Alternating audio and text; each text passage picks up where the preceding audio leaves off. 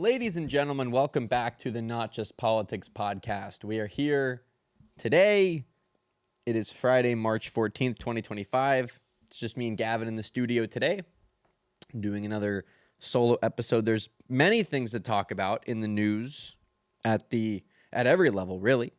We just wanted to get started with some things, just kind of keep everyone up to speed with where we're at. The GOP has put forward a funding bill to prevent a government shutdown, which I believe House Democrats said just yesterday in an article that I read that they were going to reject it.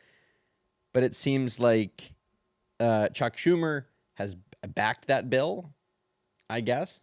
So we've avoided a government shutdown, which is fine, which is good. But this does kind of feel like the new normal, doesn't it, Gavin? Like, maybe this is obvious, but they're just using the government shutdowns anymore. Is anyone even scared of it? Does anyone even know what it means? Or is it literally just a way to get your political opponents to do what you... Everything's just a scare tactic now. It's just like, really... you see all these big headlines. It's like, oh, the government shutdown. What does that mean for you? And it's like, the post office is going to be closed for a few days, I guess. Like... Yeah, it could have some real impacts on people, right. But it is just funny. Like, I feel like this is the third one of these that I've seen. I don't know. I mean, maybe I just wasn't paying attention. Maybe it has always happened this often, but it really does seem like... Yeah, it's like every couple years, I feel. But now it's every couple months. I guess. Because it happened right before the election. And then they kicked it down the can, I believe, to like the end of December, early January. And apparently they've kicked it down the road they need to to have now. limits now. But they've actually fixed it. I think they just need to have the limits now. They're abusing it at this point.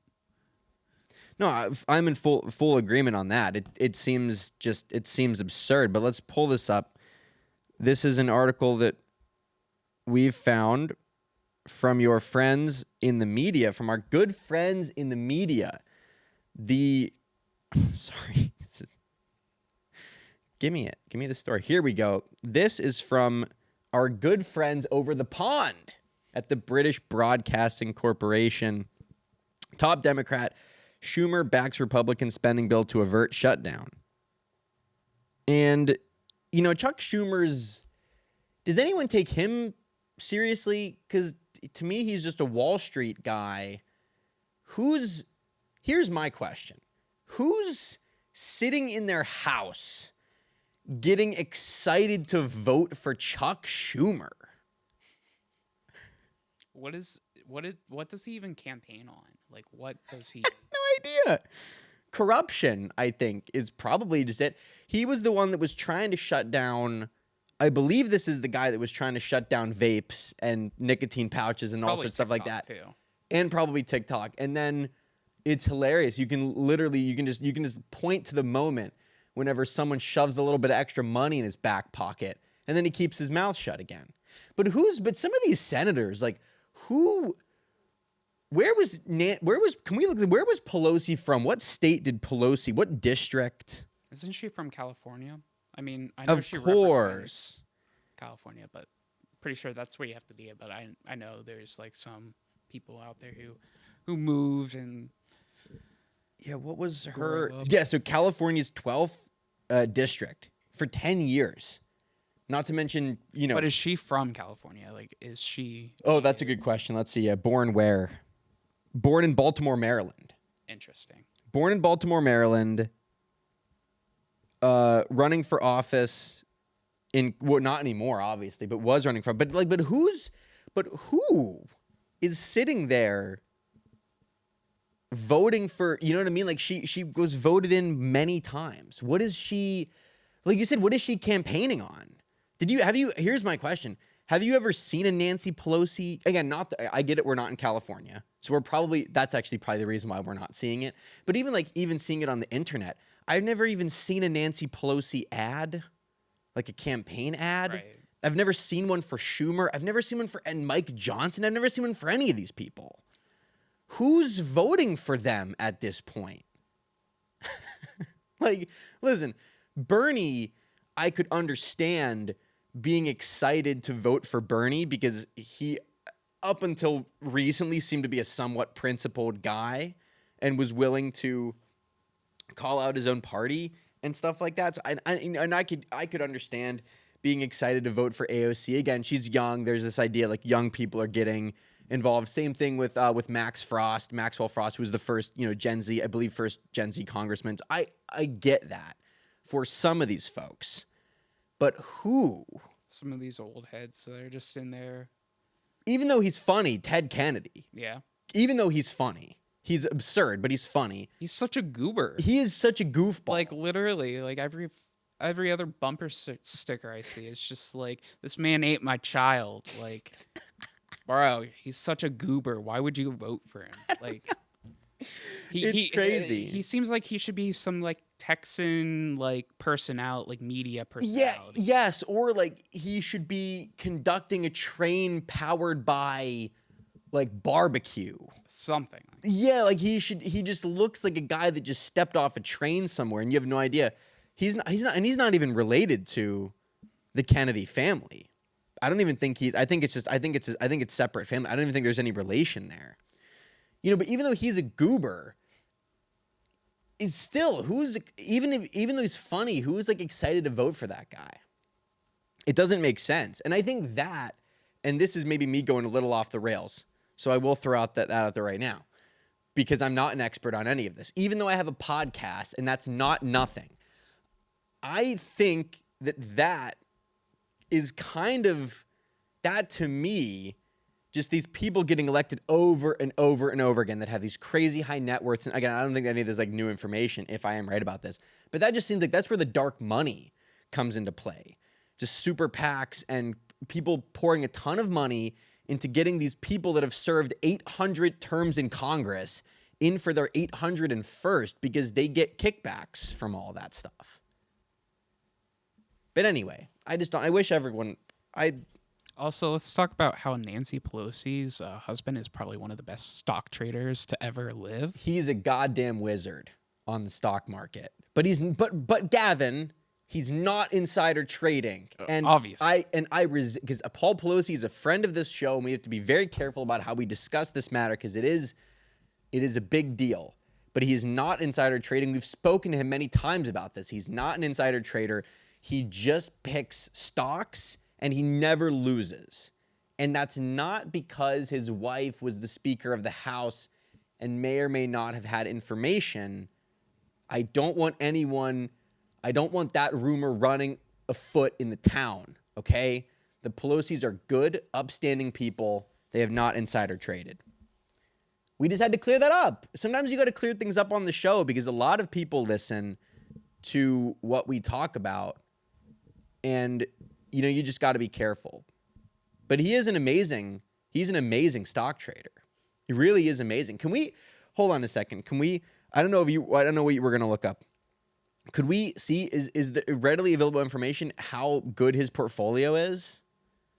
Because they did do a feature on that once. They did a feature of like how good he is compared to the average person, and it's hysterical.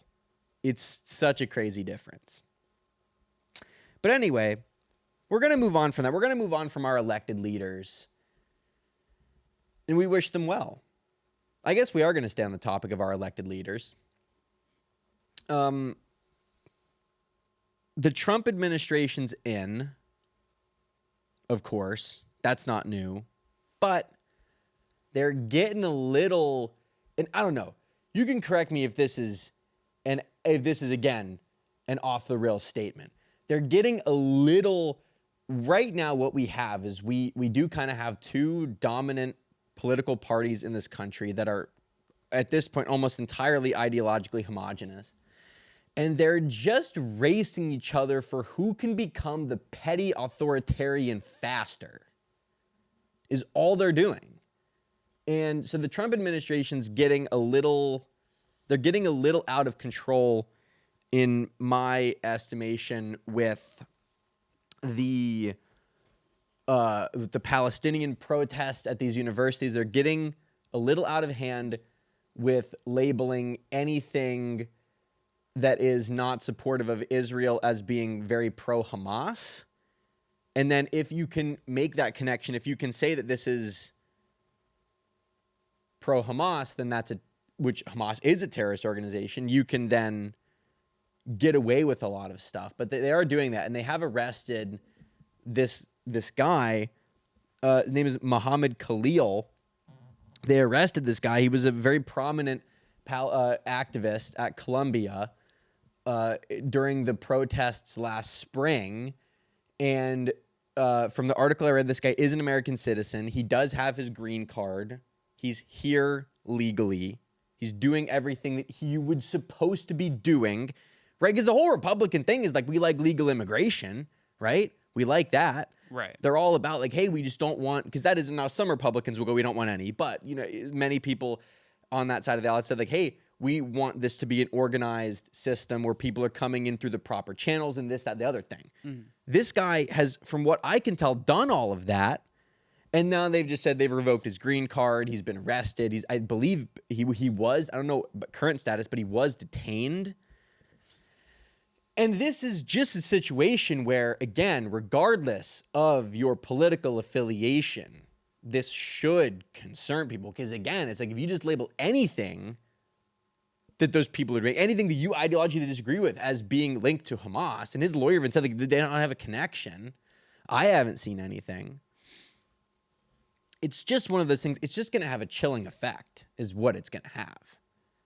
Mind you, this is the free speech party. Well, I think it's just like, just people in control in general. It's just of course. Like people, yeah. Whoever. It's just a function when of they see something that they could just abuse like that. Yes. Yeah. It's just a function of people in power. That's why I don't really believe in the left-right stuff anymore. That's why I don't really believe. I believe there are Republicans, there are Democrats, there are liberals and conservatives. There are also many people in between that. But I don't really abide by that system anymore because it just seems like whoever gets in the White House abuses. And again, that's not new information, but they do just seem to abuse it. And right. I mean, as like, I don't know, like I wouldn't want anyone coming, like someone who's like not like a violent criminal. Like I wouldn't want someone to come down and knock down their door and like arrest them and like deprive them of their human rights. Like, yeah, there's got to be. I mean, the no knock warrant stuff and shit. Like, I mean, there should never be a no knock warrant. I mean, I've been hearing stories of like people just being like ripped out of their homes. Yeah, I mean, they're doing. I mean, ICE was just on the South Side apparently a couple weeks ago, just asking random people for papers. Folks, again, I don't care if you voted for this guy. What country are we trying to live in here? What are we doing? Yeah. Right? Like, definitely, probably the best step is to like if they're going to restructure anything, restructure ICE. I bet they haven't even done that. No, of course you would have to restructure ICE. You should, and they're not going to have that. Like you do all these other federal agencies, and then when it comes to ICE, like, of course, and you know. So, it's the same thing with the Fed. It's the same thing with Doge. Riddler's like, that's what I mean, like Doge. Of course, doing stuff. No, but the one thing they also haven't touched is the fucking Defense Department. Yeah, do you want to talk about? I've been hearing that are like trying, like it's a process, like because a lot of it's very classified information. Sure. And Trump did to his and now listen, if we have to give credit where credit's due, I do think he should get credit for this, and I don't really think he has yet, but. To his credit, Trump did put forth that proposal to Xi Jinping and Vladimir Putin for all three countries to unilaterally decrease. I don't know if unilaterally is the right word to use there, but it's like we're all going to decrease our military budgets by 50% or cut military back. I forget if it's budget or if it's actual size of army. And that's just common sense, because every major world, like even small countries too, they put a lot of money into their military. A good amount. Lots. Except for most of Europe, which doesn't really spend that much because we do a lot of it for them. However, no, but you are right. I mean, countries do pour a lot into defense. And I was talking to a friend about this, friend of the show, Jeremiah Cutright. He was saying like that's a part of that is the security paradox is what they call it, which is like you're a country, I'm a country. I'm building up my military. You don't know if I'm doing it for offense or defense. So you start building yours. And then I don't know if you're doing that in offense or defense. And then we just escalate. Right. The only way in that way to ease that tension is to have everybody demilitarize to a certain extent. So Trump's not going to get credit for that, unfortunately, but I do think he deserves it. But that is the one frustrating thing, you know, hopefully Doge does go into the Department of Defense and check some of that stuff out because, you know, everyone got real excited whenever they saved $1 billion by cutting all the DEI programs. And I looked it up, and that's like one aircraft carrier is $13 billion. Right. So I'm like, congratulations, guys. Your crusader war against DEI, which another time. How about we just say that? How about we just say another time, and another time never comes? But like your war against this stuff is like, congratulations. You've saved enough money to build a 13th of a new aircraft carrier, which will deliver the machines of war and death to the poorest people in the world. Good, right? That's what I say. I say good. We need more aircraft carriers. That's who is that, by the way? Who's that? I don't think anyone's saying That's that. a Kanye tweet. We need more. We need to spend more money on. We need to spend more money on the military-industrial complex. Yeah. Well, you know, there are new, and we'll get to Kanye in a minute, but there are new players in town, you know, with the military-industrial complex. And, you know, there are these companies like Anduril Industries and Palantir, which are there's always the AI side of things. Yeah, there's always like smaller subsidies that are like no, but they're getting big. Work right. They're getting big. No, you are correct. I mean, there are a lot of times those smaller companies that get contracts and stuff. What is it? The company that makes mason jars makes helps develop stuff for the military. Right. That's a really funny rabbit hole you can go down. I saw a funny YouTube video about that. It was like the history of just American companies just getting in on defense contracting. There's so many companies that do that kind of people that produce, you know, even just companies. The Pepsi empire needs to come back. I agree. What didn't they used to do something? Yeah, they had retired aircraft carriers, like Soviet aircraft carriers or something like that, or submarine in the 80s. At some point, they traded it for corporations for some resources, I guess. Russia traded it for a bunch of Pepsi. I guess. A lifetime supply. I mean, if I had to guess, once they were bringing in all of capitalism, into the late 80s, early 90s. Oh, into whenever Russia was, I imagine maybe China might have done that too. But so listen, Kanye, we'll get to this. I guess this sort of counts as national news. Anything the guy says is a headline. Entertainment, right? National news. I guess we're stepping into the entertainment category here with this one. At this point, worldwide. Kanye's worldwide. Kanye has been doing, I don't think this will come as a surprise to anybody. I am not a rapper. Really? Is that too big of a reveal? I'm not a rapper, so I don't know what's going on with rapping or with the world of hip hop. Really, I listen to some of it. Kind of picky about it, honestly. But, you know, Kanye is this guy where even if you're not in that world, you know him. You've probably seen his tweets. You've seen the whole thing. He's on this bit, and he's been on this bit where every time he drops new music, he goes real wild. Way out there. He goes full, way Nazi. out there. He goes quite literally, he goes full Nazi every time he's about to drop music. And have you picked up? I think people really are done with him now. Yeah. To him, from what I've observed, it just seems like rage baiting at this point. And people are just fed up with it.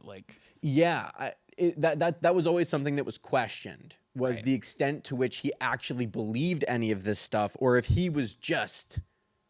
Again, it's definitely rage. Wild statement, but if he's just spitballing. Yeah. Him going after certain people, when he was supposed to be on Joe Rogan. Yes. Yeah. No, that's the big one we want to talk about. And he hyped up being back on Joe Rogan, and then he had a tweet of him in a conversation of text message, like SM, whatever it is. Yeah. Like, I'll pull it up so that people can see it. We'll put it up on the screen for everybody so you can see this. This is an article from our favorite, the New York Post. Oh, no, oh, no, I had the wrong. That was the wrong link. I'm so sorry. That link busted. But I will pull up the Kanye thing. So basically what happened is this guy's trying to go on Rogan again because he's done Rogan once, correct? Yeah. I believe only once, back whenever Rogan was in the red pill. The first Austin studio, the microwave, the Darth Vader's helmet, whatever you guys want I mean, to he call it. still has it. His episode on Duncan Trussell's podcast, he says he still has the red pill. They were like debating on to film that episode in the red pill or the Joe Rogan studio. Oh, really? He still has He that? still has it in Austin. Do you think that's just in that warehouse that It's he probably it's probably in that warehouse. I was going to say, I wonder if because he has like a whole compound type thing. Anyway, here we go. So this is a tweet. This is Rogan reposting Kanye. And this is it. Kanye goes countdown to the Joe Rogan interview. And, God, these are all so fuzzy. Rogan's like, hey, man, you want to come back on the show? That's great. Some of your recent tweets have made me pretty uncomfortable. Is it possible that we could, clear those up on the air? And Kanye is like, hey, man, I'm happy to do that. He goes, I'm happy that my tweets made you uncomfortable. That's how I know it's working. This guy's saying wild shit. Can I please get a picture so I can read it for the folks, please?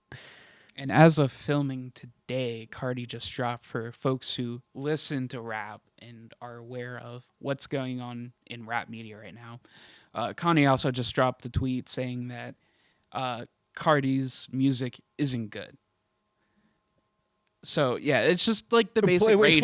Wait, Playboy Cardi? Yeah, like Playboy Cardi just dropped today. And as soon as he did that, like Kanye was on it, just rage baiting people, like immediately. Yeah. And so Kanye goes like, I'm really sorry. I'm trying to find. I just had this pulled up and now I can't find it. This is so messed up. Here we go. For the picture of the text messages, so everybody can see this. Gavin, can you? This is so much stuff. I'm sorry, folks. This is really messed up. I literally had this pulled up on my phone. Now I can't. What are you find looking it for the text? Yeah, just the text. Yeah, just so I could read it word for word for the people because it's kind of hysterical. Did anybody post a picture of the tweets? Thank you, Gavin. That's huge. Okay, here we go, folks. So yeah, this is. So here's the great thing is that you would assume, unless Rogan has changed phone numbers, which I actually think at some point he did say that he does do that because people just find it and they get a hold of him and it's like annoying.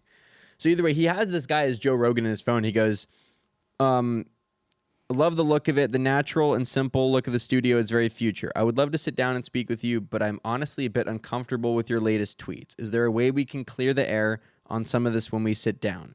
And Kanye goes, that's what the idea would be. And yes, with 4 or 5 periods, like spaces, I should say, 4 or 5 spaces, unless that's a censored out word, but it doesn't look like it.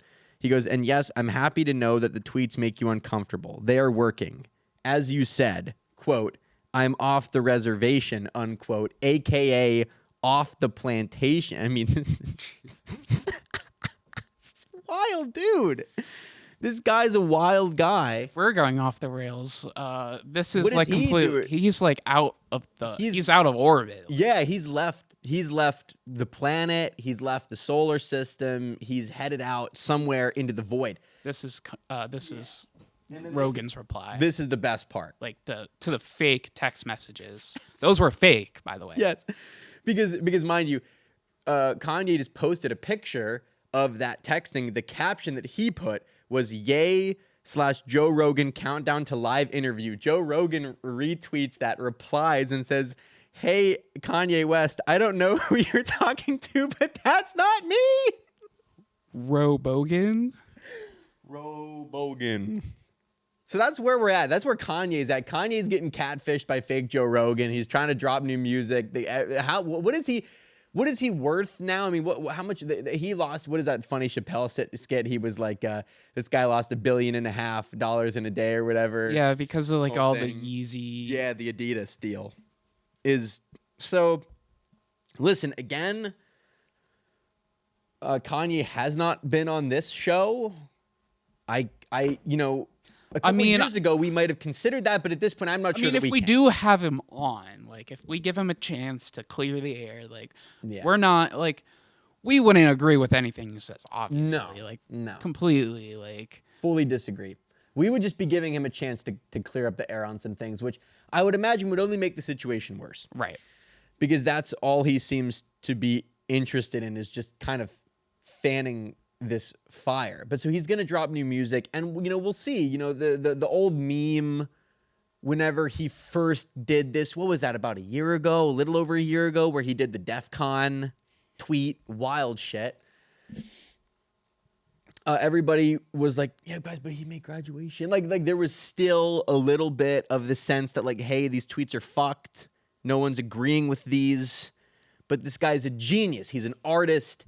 He's made some of the best. I mean, I still bump his music. Like, not his recent stuff. Up until, like, Donda is, like, sure, good Kanye. After that one, he starts doing nitrous and pumping, like...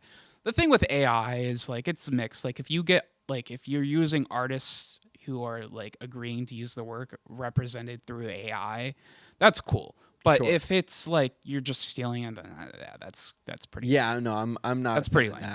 But, like, if you're putting your daughter, like, if I don't know, he's putting his daughter in music videos, like, a lot of people have issues with that, Dude, that's crazy. Yeah, that kind of stuff's crazy. Dude, I don't get, like... That's a separate... I don't know we're going to go into this, but I that kind of stuff that has always bothered me. Like, influencers that put their kids on social media.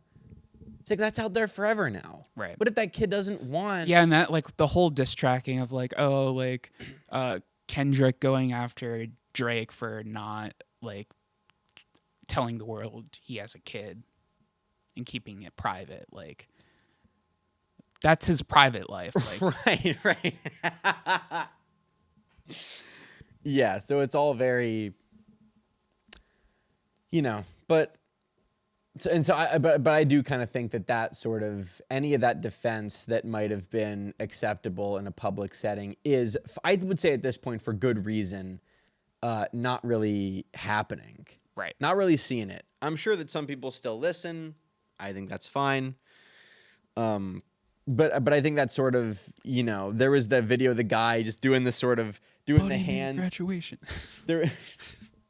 There's the guy, you know, standing at the window doing the sort of hands just kind of behind his back, this sort of dad pose, looking out the window. Right. And the camera, and it's behind him, and the camera cuts in front of him, and he just slowly looks up, and he's just all sad. And the caption just says, "I don't think he made graduation's going to work after this one, guys." Well, that's the thing. You have to remember that he has two different personalities here. He might also suffer from split personality syndrome, or whatever it's called. Who Multiple knows? Personality disorder. Yeah.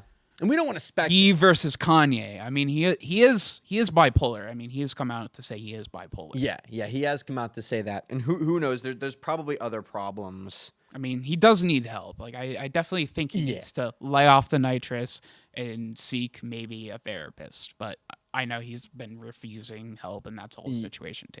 Yeah, that's been a part of it. So anyway, we don't want to go on about this for too much longer. We just wanted to discuss this, and, you know, again, these are the kind of things you have to do in order to calibrate the sensors for where the culture is at. You know, you got to see what, because before it was like people were kind of on the fence about this. Now people seem to be like, nope, you're done, because the tweets are, you know, the tweets do get a little crazy, you know. But every once in a while he puts out a hilarious tweet. He's like, Jonah Hill in 22 Jump Street made me love Jewish people again. Thank you, Jonah Hill. I love you, or whatever. And it's just anyway. The switching tracks from one of the most famous men in the world to perhaps the most famous man in the world, the Pope Francis, has been in the hospital at this point for about a month with double pneumonia, and is said to have, you know, be making a recovery, which is good. You know, Trump wished him well. I like that. I reposted that on my Instagram story. I never thought I would hear him say, I didn't know if I was ever going to hear him say that line again. Wish him well. For those that don't remember, I believe this was in 2021. It was right, because that was whenever the whole Epstein thing broke. Was I believe whenever we were here. I want to say that it was at Point Park whenever that stuff first happened, whenever we were here. So that was probably 2021, right when the whole Epstein stuff happened, got busted, mysteriously hangs himself. You know, the cameras shut off, the guards weren't looking. You know how it is. The guy just, the guy's killed himself. It was summer 2020. Summer of 2020, right. So it was sort of the lead up into my senior year, and then some more of it broke. Yeah, he was still in office. Yeah. He was still in office his first term. Oh, Trump was? Yes. Right. Oh, I thought you meant Epstein. I was like, he wasn't in office. Like, what office did he hold? No, Trump was still in his first term. You're correct about that. And so I don't know exactly when this was, but either way, it was right after that whole thing happened. They busted Ghislaine Maxwell, who is Epstein's confidant wife. Who even knows what that relationship was like. Some reporter in the daily press briefing that Trump did at the White House was like, hey, she's been arrested. Do you think she's going to inform on powerful people? Is she going to, rat out Prince Andrew, whatever they were saying? And Trump just goes, well, I don't know a lot about that case, but I wish her well. I wish her well. There's a lot of powerful people. He goes, I didn't know them too well back then. Trump, by the way, this is the guy that did the jig with Epstein on the island for however many years, and then all of a sudden pretended it wasn't, you know what I mean? So it's all horse shit. But that line, I wish her well, is so funny. There really are moments whenever he forgets that he's the president. There are moments where he forgets. And there was another one that happened kind of recently after that plane crashed in D.C. A reporter was like, Mr. President, are you going to go visit the crash site? And Trump, I may have to pull it up. I didn't think we were going to talk about this, but he said the response he gave was the best I've ever. Did you hear this? Ready for this? The reporter goes, sir, are you going to visit the crash site? And Trump goes, what's the crash site? It's the water. What am I going to do? Go swimming? I feel like he's the beginning of his second term. He just forgets. He's just off the rails. He's off the rails. He does not give a fuck anymore. No. Extra does not give a fuck. But you know what I mean? But in that moment, he forgot that he was the president. Right. Or he's just, and I do kind of think he has no filters, but I think sometimes he just kind of forgets. And he's just back on a golf tee at Mar-a-Lago. I wish her well is something you would say to somebody on the golf tee at Mar-a-Lago. The crash site is in the water. What do you want me to do? Go swimming is something. You ever seen on Instagram those guys, they do that funny bit where they're like a group on YouTube. They bring on celebrities and they try to get you to crack as you're getting ready to swing your club. That's some shit that you would say to those guys on their YouTube channel. You know what I mean? There's some great Trump moments where he just goes completely just wild. Like I said before, I'm split on Trump. I don't agree with everything he says. He can be pretty crazy at some points, but yeah. I know we didn't really want to talk about the whole Ukraine. Sure, yeah, and we didn't want to get into that. We could briefly. We're podcasters. We can just kind of right, But I know the it gets pretty muddy around there, and I'm gonna clarify this. I am not an expert on anything in geopolitics, so don't take my word for anything. Yes. I am not an expert. We have to throw that out there. We are speaking extemporaneously here. So proceed. Just it's just kind of wild to see that whole skit. I'm calling it a skit at this point because it just felt like a skit. I didn't know what I was watching. I was kind of taken back. Whenever Zelensky was in the meeting. When the whole meeting in general, I was just taken back. I was just like, wow, I've never seen this behavior in the White House before. It's crazy. The AI video on yelling. Oh, the AI video is crazy. I'll pull that up. The AI video of them fighting is one of the funniest things ever to me. I still giggle thinking about it to this day. I watch it still sometimes. I've seen another one where Zelensky lands the punch. That one's pretty funny. Okay, wait. I'll help you find them. We may have to put those up for the people because the people. Oh yeah, I'm putting them up. They do need to see that. It's so funny. But yeah, so it's this guy, he's getting real wild. What's interesting is that, and here's my question. And again, these are the kind of questions that get you dismissed from politics because you're using your brain a little bit too much. Trump, he won the popular vote, right? All 7 swing states, right? It's kind of an undeniable victory, right? I think, and everyone has, I do think that the culture has kind of come to terms with that. But now all I keep hearing is, well, he has a mandate. Well, he has a mandate. And listen, I understand that, right? I get it. He won the popular vote, right? Again, it was a decisive victory, right? How long into the future can you keep saying, well, I have a mandate, right? How low do this guy's polling numbers or his approval rating have to get before you have to kind of shut your mouth about the mandate that you may or may not have had? Because it seems to me like they'll just use that for the next 4 years as an excuse to do kind of whatever they want because, the American people wanted this. Well, I'm not so sure.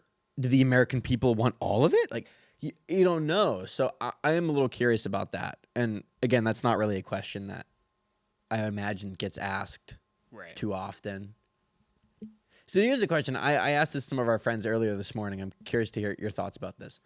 Do you think that do you think that Trump and Vance, because I'm kind of trying to put a finger on those two. Do you think that Trump and Vance are actually like really ideological people that are like really the culture warriors that they kind of say they are? Or do you think do these strike you as more just sort of opportunistic, amoral? I mean, that's every politician. Like, no matter who, like, no matter, like, even Trump, like, all these people are, like, we were talking about before, they're power hungry people. Like, you have something in your head to just, like, like, that's one, you're taking, no matter what seat you're filling in politics, like, that's a lot of stress and that's, like, a lot of pressure. On one person. Yeah, that's sort of the self-perpetuating problem is that it's a system that only entices the psychopaths to get. I don't use that word lightly, or sociopaths, right? Then that's a distinction. I don't know exactly. I shouldn't really be using those two words, and I don't really know the difference exactly. But it naturally just attracts those kinds of people, right? Normal people, right? It's a really funny Jerry Seinfeld bit. He goes, who out there? And I'm gonna maybe butcher this. I'm paraphrasing. He goes, who out there decides to be the president? Like who looks at that job description and goes, most dangerous job in the world, most powerful position in the world, in charge of the largest superpower, largest economy, whatever it is, in charge of the nuclear arsenal. And he goes, kind of sounds like me. You know what I mean? Like, it only kind of attracts the crazy people for a reason. But anyway, we don't want to spend the entire time talking about Donald because there's another guy in his cabinet who is having fun. And that man's name is Bobby Kennedy Jr. This guy, when we'll pull this up too, again, we're pulling up all of this. These are the things that the people do kind of need to see and be informed. Now, this is from our friends at the New York Post, our good friends, and I've said that many times, my favorite news source. It's the oldest newspaper, as far as I know. It's the oldest standing newspaper in the country. It is perhaps, because I have talked about on the show about how we are suffering from sort of institutional decline and all of the negatives that come along with that. However, the New York Post might be the greatest example of an institution that should have crumbled perhaps a little while ago because they're no longer really a newspaper. They're just a tabloid magazine, basically masquerading as a sort of news source that sometimes does hard reporting. Sometimes. Their coverage of Bigfoot. Did you see that their recent coverage of Bigfoot was brilliant? That's a fucking masterclass in journalism, and everyone should go check it out. But going back to this. Robert F. Kennedy Jr. thanks fast food Steak and Shake for, quote, RFKing their French fries. Quote, customers are raving about it. And Gavin will put this up. Gavin will put up this picture that they posted so that people can see this. This is RFK Jr. at Steak and Shake, which I'm also at, which, I forgot to mention that. But there are great people at Steak and Shake, and they are actually supporting the show. They are letting us film here, so that's very kind of 40 minutes in. I completely forgot to mention where we are today. We're at Steak and Shake. I got a burger, and there, I said there used to be a Steak and Shake, and this would be a good pivot. There used to be a Steak and Shake I used to go to, and we'll talk about that in a minute because it does tie into another story we're discussing later on. But so, Gavin, you said this is an official on Steak and Shake's X account? Oh yeah, like they were raving about him coming. Like they were thrilled. And like bros, like we'll have the picture up. You guys can see they'll it, but, see like, his stance, like it's perfect. Like I've never seen a more perfect stance in my life. It really is. I mean, it's crazy. They must have caught bro like mid. I don't even know how you get in that. But first of all, you walk.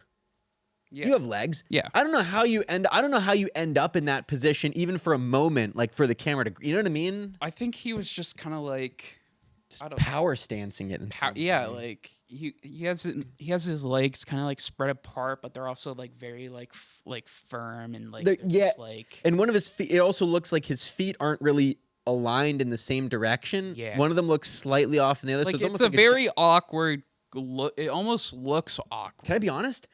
That's exactly how John Wick stands. That's exactly how Keanu Reeves stands in the John Wick movie. Right. Like he's stiff legs, one's kind of out. And I'm going to read some of this because this is hilarious. And we won't spend a crazy amount of time on this for people listening. Health and Human Services Secretary Robert F. Kennedy Jr. on Monday claimed that people have been raving about Steak and Shake French fries ever since the company chain stopped using seed oils in its recipe. Now, this is... And now, Gavin, we do actually have to talk about this. Right. This we do have to talk about. And this does go into a larger thing because there is still a large portion of people in the country at this university that have not really picked up on the vibe shift that we went through post-election.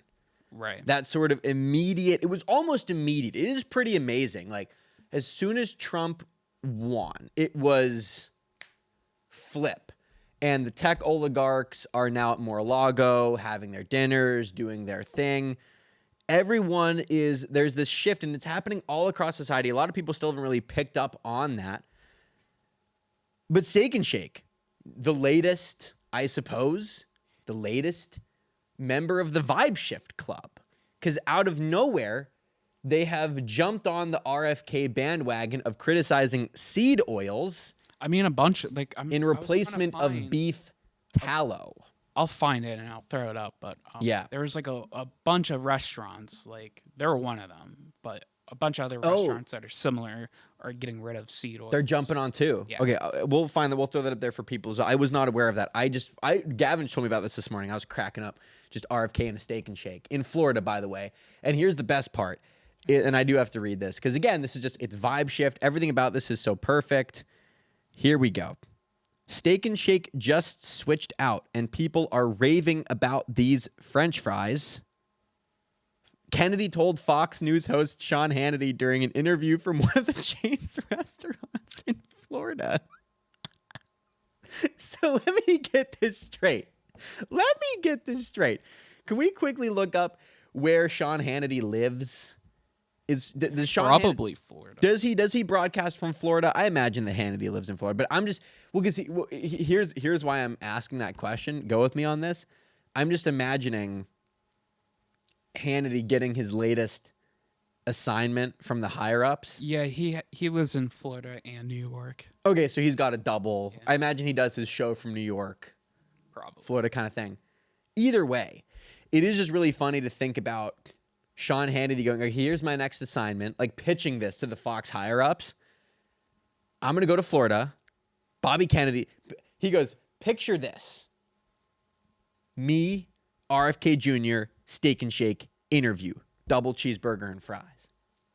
And that was I imagine that was kind of like the pitch that he made. Right. Because they're just apparently doing this interview at a Steak and Shake.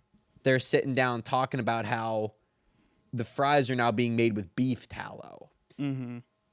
Which used to be, that's how McDonald's used to make their fries way back in the day. Yeah, a bunch of restaurants. Yeah, that used to be the way to do it, which got replaced with, various other things. But, so what do you think, Gavin? Do you think is this the beginning? Is Bobby Kennedy Jr. really going to... Oh, here we go. Thank you. Thank you for finding this. So this is restaurants switching to beef tallow from our friends at Fox. Steak and Shake, Popeyes, Outback Steakhouse, Buffalo Wild Wings, and Smash Burger. Now, have you ever been to a Smash Burger? Smash Burger. Because we've been to Shake Shack in the terminal. That's a Smash Burger. It's very similar. I would imagine. I'm curious what region that chain is located in. But either way, so there you have it. You have 5 restaurants. Which is kind of funny when you look at those restaurants. It is kind of and again, I don't mean to be whatever. Those are kind of like the restaurants of the Barstool conservatives, right? It's Buffalo Wild Wings, Outback Steakhouse, Steak and Shake. It's kind of like, you know what I mean? It's like they are kind of. It does kind of make sense that those. I haven't been to Smash Burger, but it does kind of make sense that those are the companies that are partaking in that kind of thing. Wow, is he gonna clean up the? Listen. Go with me on this. I will support Bobby Kennedy Jr. right now if he puts the cocaine back in Coke. Moving on. Oh, yeah. I mean, like,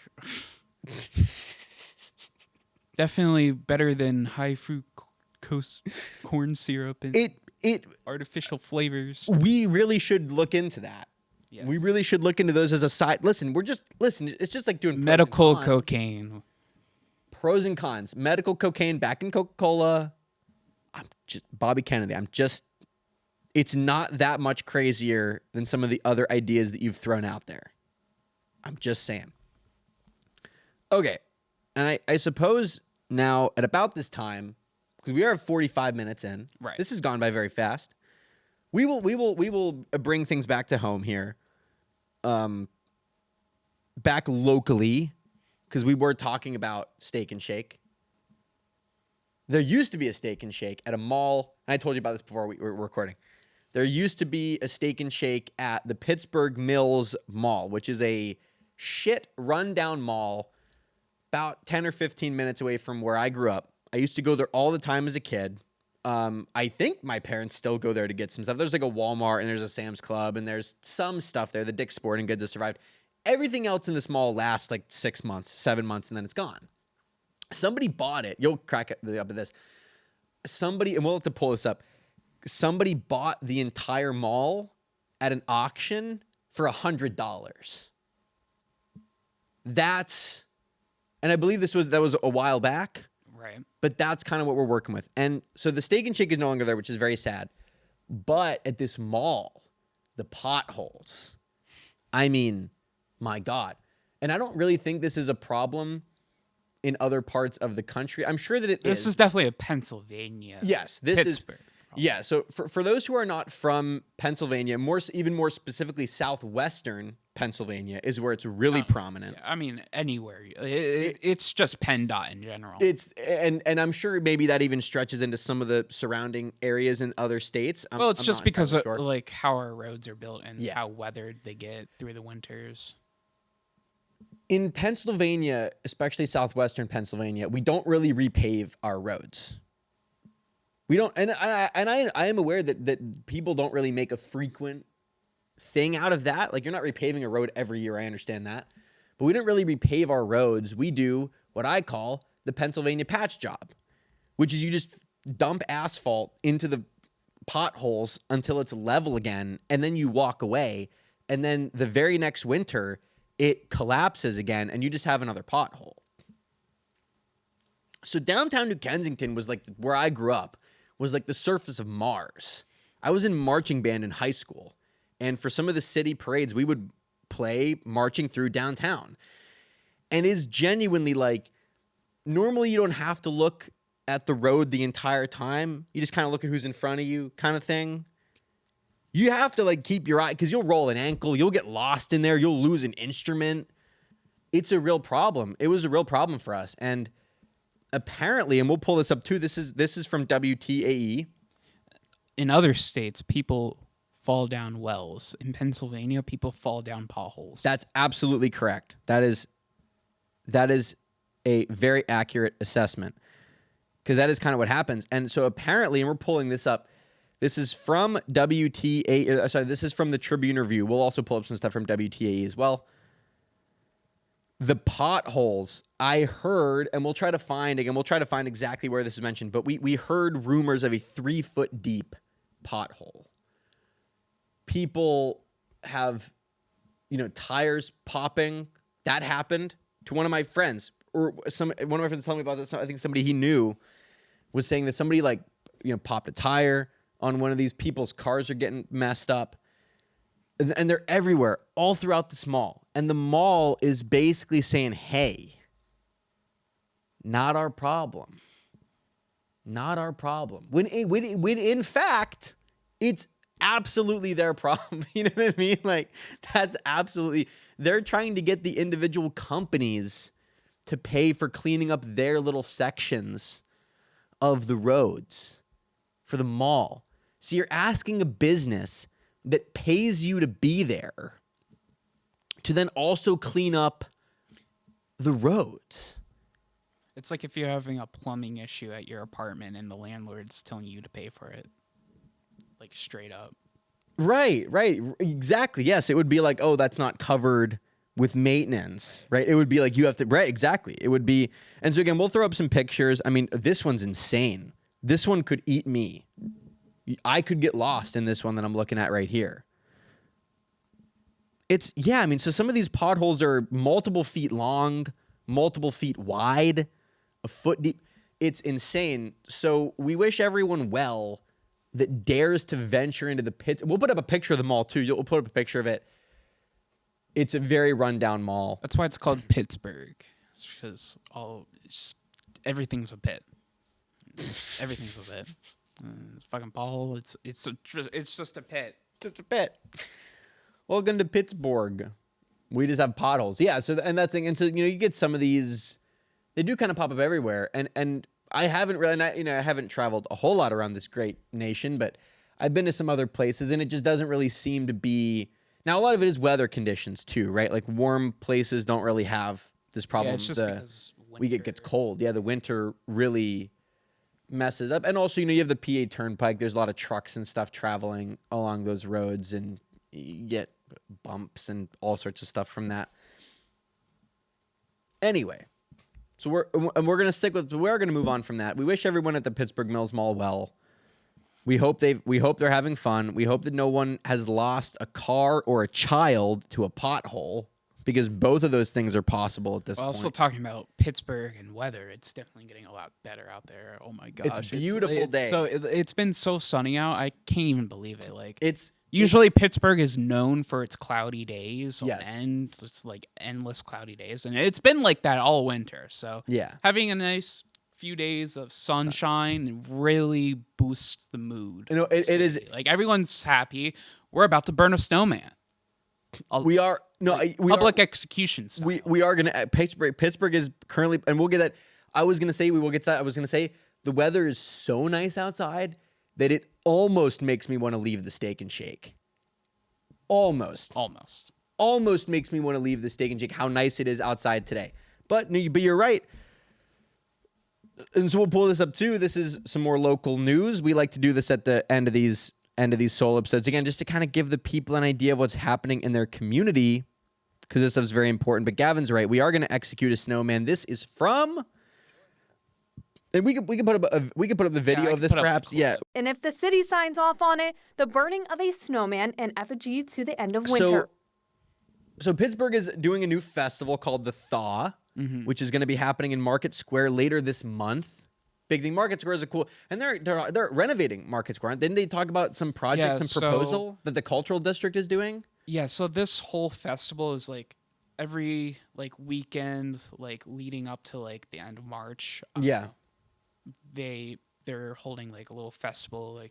I think everyone's themed, and I think the last one's the thawing one. Yeah, the thaw is because they do every year. They do a series of things in Market Square. So this year, to celebrate the end of winter and the coming of spring, they are planning. I swear, we'll put this in the video. We're not getting around with this. They're making an effigy of a snowman and they're going to burn it. They're going to set it on fire in March. How are they going to do that? I've never seen a snowman burning. It kind of seems you'd have to douse it in something, wouldn't you? That, or like if you have like a boring company flamethrower. Yes. Oh, that would be great if they did that. Sure. I was initially thinking, do you make like a wooden shell and then just cover it with snow so it looks like a snowman, but it might go up a little easier? Maybe. Who knows what they're gonna do? I hope it's just a solid snowman and they just cook it with a flamethrower. Right. That's what I'm hoping for. But that's where Pittsburgh is at as a city. We're so fed up. Like That's how much we hate winter. I mean, no, it really does. Like, you're not wrong. It's and again, for the people that haven't been to Pittsburgh or don't know much about it, it's just clouds. It's just cloudy days. It's probably genuinely over 300 days of the year. That's not. We have nice stretches in the summer. We do have nice stretches in the summer, but it's probably over 200 days of the year easily are just gray, cloudy, rainy. Sometimes in the winter it's just slush. It's not even like there was some pretty snow. Right. This year we did get some pretty snowfalls, but There was a lot of ice this year. a lot of ice this year as well. But mostly it's just slush. It's just goop in the street. And of course, that groundhog, that goddamn motherfucker down the street in Punxsutawney Yeah. had the gall. to say that there will be more winter. It's unbelievable. And we believe in being fair and balanced on this show, so that is an official invitation for Punxsutawney Phil to... I mean, he can come down and clear the air. That's all we're saying. He can come down and clear the air. He can sit here, or we'll go over to the media hub where we have been for the last couple of years, and we just want to have a talk, really, about why he thinks that that's an appropriate move. Is really all. You know what I mean? Like, why would you give the hope? Like, I get, like, you want to tell people, hey, like, winter's going to be sticking around a little bit longer, but why would you, like, imagine having to give that news? No, and listen, it can be a fun job for him to have, and that's why we want to have him come on the show. Maybe he can give us a little bit of insight. We thought it would be funny if they just did a straight up remake of Groundhog Day, but instead of like a news guy, he's just a podcaster. It's a hilarious idea. He's just doing the same podcast, and I told Gavin, maybe we could go to Punxsutawney, make a little trip out of it, and go get Phil on the show. But then he correctly pointed out that we might then get stuck in it. We might be the remake of Groundhog Day, just doing the same podcast over and over again every day until you've memorized every word that Phil is ever going to say behind the mic. Right. So we do want to be avoiding that. We do want to be cautious. Maybe Phil could come here. That would perhaps break the spell. I think the spell, here's the question. Is he like does the spell travel with him, or is it like the border of Punxsutawney? Once you step in it, you're stuck. I think so. Like, How does it work in I the remember movie? it's a blizzard that keeps him in, and he can't leave. Yes, that's correct. There's a blizzard, and that's kind of like the only like thing that that's they keeping him in. Sure. And Okay. I think it's just like the day restarts. Like, Yeah, once it hits right. midnight, the day restarts. Yes. Or something like that. Or maybe like once he like goes to sleep, it restarts. Yeah, because you'd wake up and it's the same. Like, he might be able to, like, I know in some other like Groundhog Day movies where they like try to break it and like they stay awake all night, and like and that does works, it? but when they fall asleep, it sets them back. Interesting. That's kind of a lame get around. I would rather just do the same podcast 86 times. Right. Until I mean, you could do whatever you want. Like, if it's an infinite loop, like I've heard, like he spent True. like 80 years in the loop, like a total, like all the days that he spent just reliving, it was like 80 years worth, or like some crazy amount of time. Yeah, insane amount of time. Well, listen, we just wanted to, again, it's just an offer. We are fans of Punxsutawney Phil. It's a difficult job to have. We just want to have him come on the show. They're trying to apparently, and again, credit to our governor for this. Apparently, they were trying to like replace him with something. And Josh Shapiro, again, to his credit, was like, no, nobody's getting rid of Phil. Who's all right? As much as I don't like Phil, he is still a main staple. Like, it's like He is an icon of the state. he is. There's just no other way to put it. And so Josh Shapiro said, if you want to get rid of Phil, you got to come through me. And I clapped. I was like, fuck yeah. Because I agree. You can't just go changing shit like that. You have to respect that. It's a great, it's a great tradition. Isn't the lottery ticket mascot? No, Groundhog? he is a groundhog, a different guy. Though. Well, obviously, yes, Phil, but he's of also. Course. I think Pennsylvania just has a thing with groundhogs. Groundhog. We do have an affinity. They're lucky. Yeah. I guess. Like they can bring like spring early. They could tell when they're meteorologists. They know how to gamble. They predict the stock market. They do many things for the state. But Phil does genuinely bring in, and we are going to move on past this. We don't want to talk about Groundhog Day for another hour. But it is, Phil does actually bring in quite a lot of money to the local economy because people come in to see him. They spend money at the shops. They do the whole thing. So it's like he is actually an economic engine, which is hilarious to say. But this groundhog is he has really justified his position there economically, which he shouldn't really have to do, but that's the world we live in. Got to do it. Anyway, what else is there? Oh yes, we got we'll get into this. Is there anything else we want to talk about? I was going to talk about the mayoral candidates. We're at about an hour right now. Yeah. Is there anything else we want to discuss? Have we left any stone unturned today? And what's going on in Point Park? We haven't really talked about the prank. We've not talked about the prank too much. What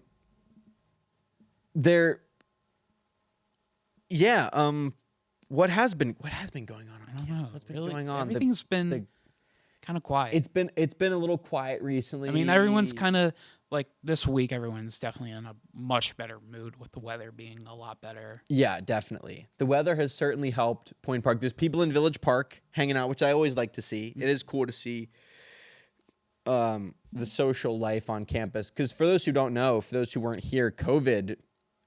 This happened to all universities, but from what I have heard, I don't know about you, but from what I've heard, COVID hit the social life here particularly hard, and it's taken quite a while to bounce back. But it does seem like these classes of freshmen that are coming in now are probably a little bit fed up, as everybody is, with the lack of social life from COVID.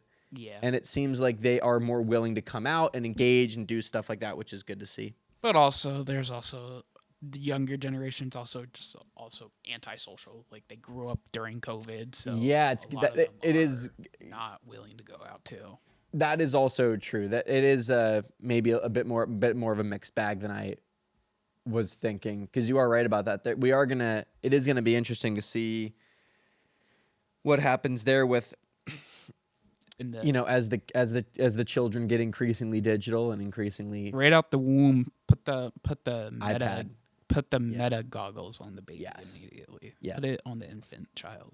Yes, where it will play nonstop footage of Zuckerberg. Yes. On Joe Rogan at Senate hearings. It would just be AI mashes of just like these CEOs and like Baby Shark. I don't know.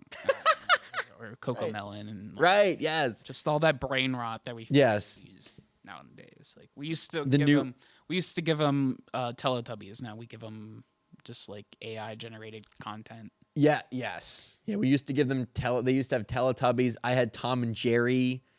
I had Phineas and the Tank Engine. I had Thomas the Tank Engine. Tom and Jerry. I grew up on old school Looney Tunes. I grew up on insensitivities in cartoons. Older, I watched SpongeBob. That was my jam all throughout like elementary school. Phineas and Ferb was mine. Brilliant, both very good shows. But it does kind of feel like it's changed. And this is something that I wanted to talk about a little bit. Speaking of that, my media distribution class has been kind of bumming me out. Oh yeah. Lately, yeah, because the guest speakers are always great. I do have to preface that. The guest speakers are always great. They come in, they're very gracious with their time, and it's interesting stuff.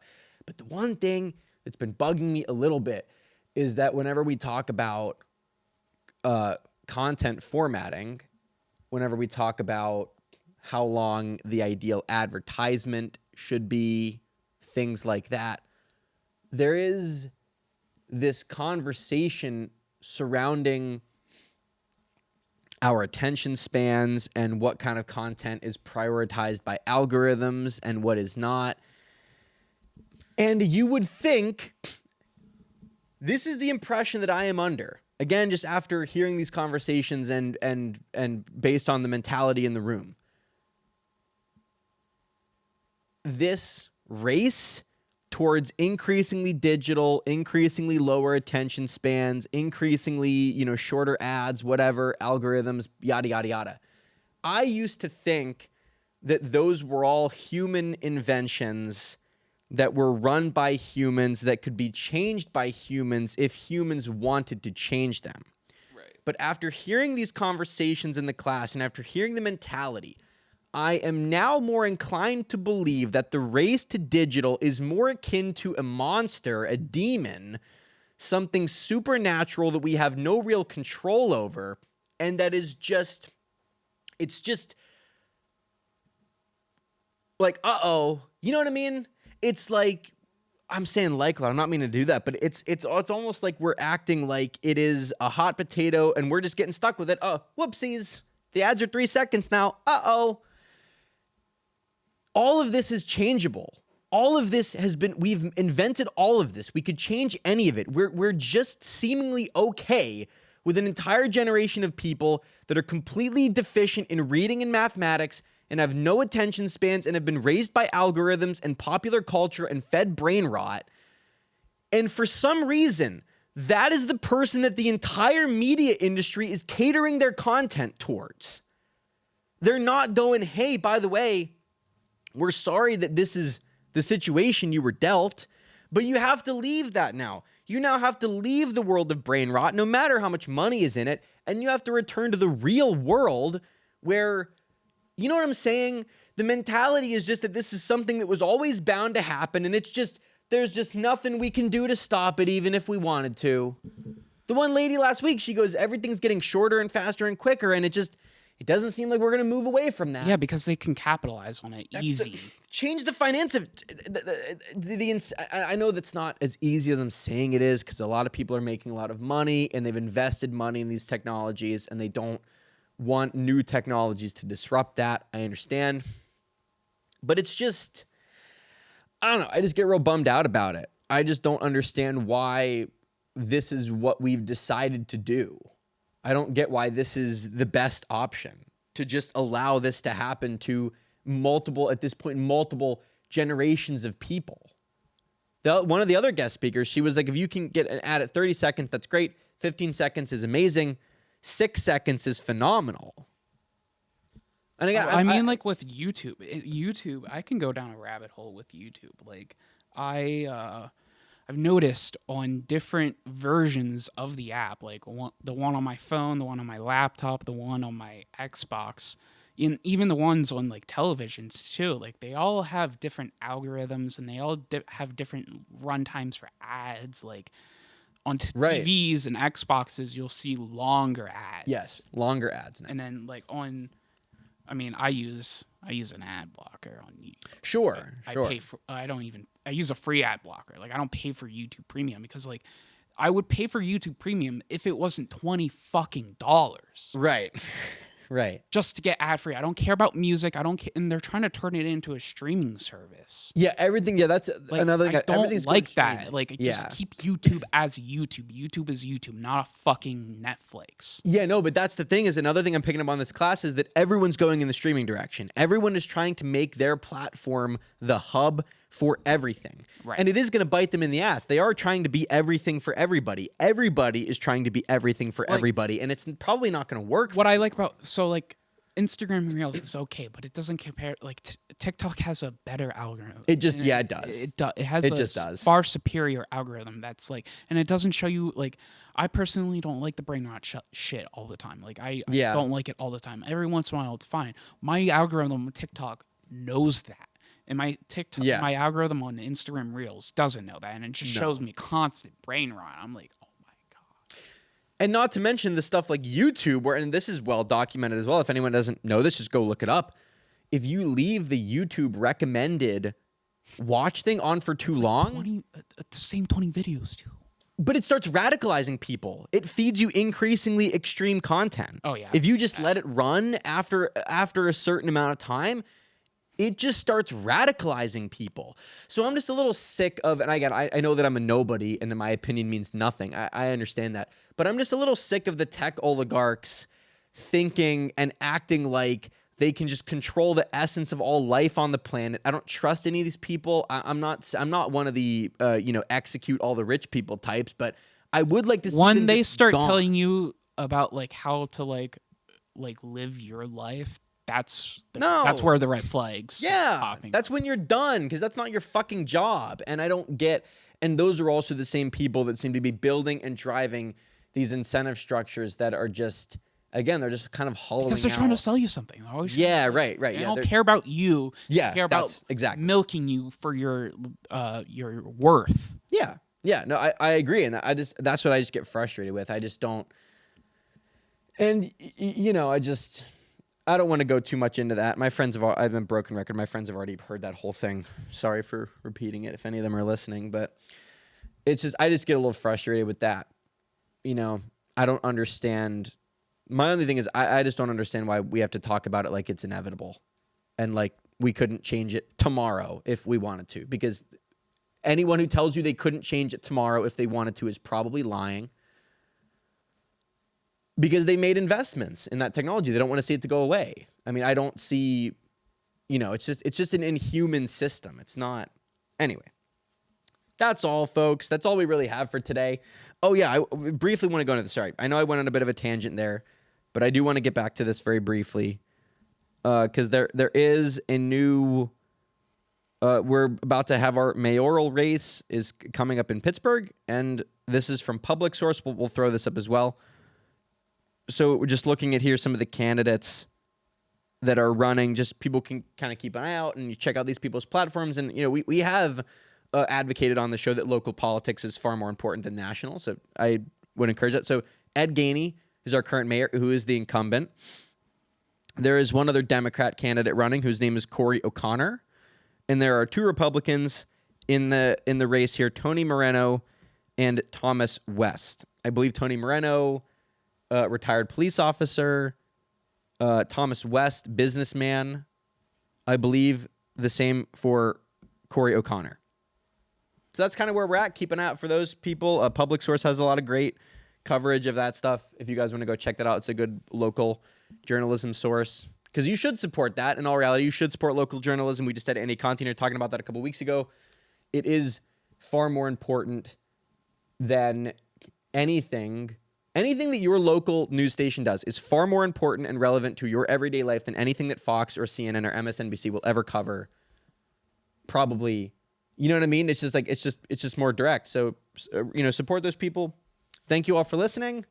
Thank you to Steak and Shake for hosting us. The burger was delicious.